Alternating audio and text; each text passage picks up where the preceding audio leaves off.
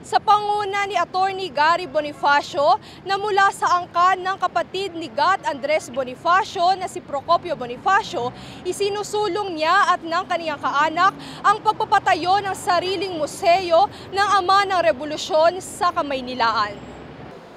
Hinahamon pa rin po tayo ni Andres Bonifacio na muling pag-aralan, balikan ang kanyang buhay sapagkat marami pa pong dapat tayong matuklasan, malaman kay Andres Bonifacio.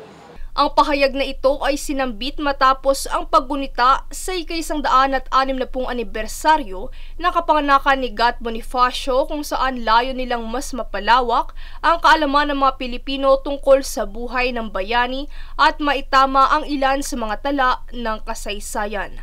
Ayon sa salaysay ni Attorney Bonifacio, makaraang mamatay ni Andres noong taong 1897, nagkaroon ng matinding takot sa kanilang pamilya, kung saan ilan sa kanila ay napilitang magpalit ng apelyido at ang iba naman ay nagtago sa iba't ibang probinsya.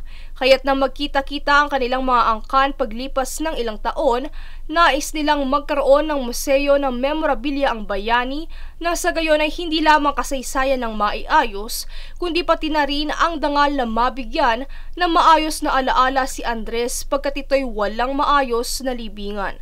Bagamat mayroon ng Museo ng Katipunan sa San Juan, ayon kay Attorney Bonifacio, mas maganda kung magkakaroon ng sariling museo para sa bayani upang makintal sa isip ng mga tao kung sino talaga si Andres. Isa sa mga lugar na target pagtayuan nito ay ang tapat na Hidden Garden ng Liwasang Bonifacio sa Maynila, kung saan may espasyo na maaaring mapaglagakan ng museo. Hindi lingid sa kaalaman ng lahat na minsang naging sa mga Bonifacio ang lupa ng isang sikat na commercial site ngayon sa Tutuban na ngayon ay parte na labang ng kasaysayan at hindi na maaaring bawiin pa upang paglagakan ng museo dahil ibinenta na nila ito noon sa pamahalaang Kastila na nangangahulugang pagsuko ng karapatan.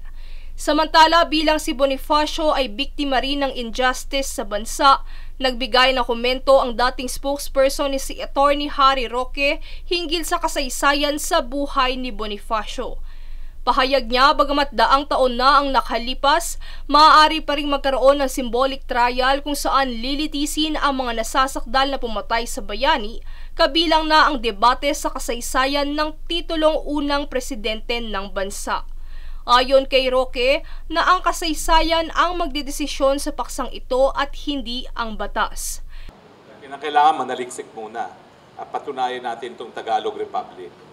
Kung saan ipinaliwanag nito na ang magiging batayan ay kung mayroong partisipasyon ng 4 na estado sa Tagalog Republic, ito ay ang mamamayan, teritoryo, soberanya at pamahalaan. Sa pagtatapos, sinabi ni Attorney Bonifacio na tanging kasaysayan lamang ang magsasabi sa totoong nangyari sa buhay ni Bonifacio. Mula rito sa Pasig City, Princess Castro, nag-uulat para sa One Media Network.